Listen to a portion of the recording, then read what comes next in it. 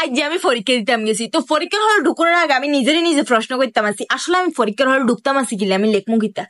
পরে আমার মনে পড়ে গেছে, আরে আমার লগে তো একটা বই, এটা তো চাইছে লিখে সানের ভিতরে তো আমি এক্সপার্ট। হলে ঢুকি যেন লগের গাড়ি দেখছি সেরা সুরুত বালাস, তার মানে হাইরব।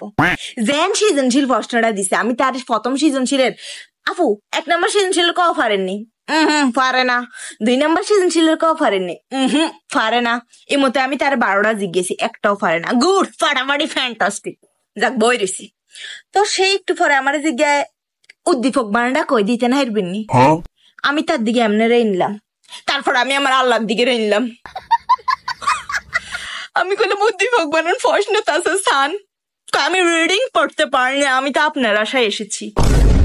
আমার আশায় কেউ পরীক্ষার হলে আইছে, এটা শুনি আমি কুমার জানগি লইছিলাম, স্টক করণ লইছিলাম আমি, যে আমার আশায় কেউ পরীক্ষার হলে আইতে পারে, এটা কেমনে সম্ভব।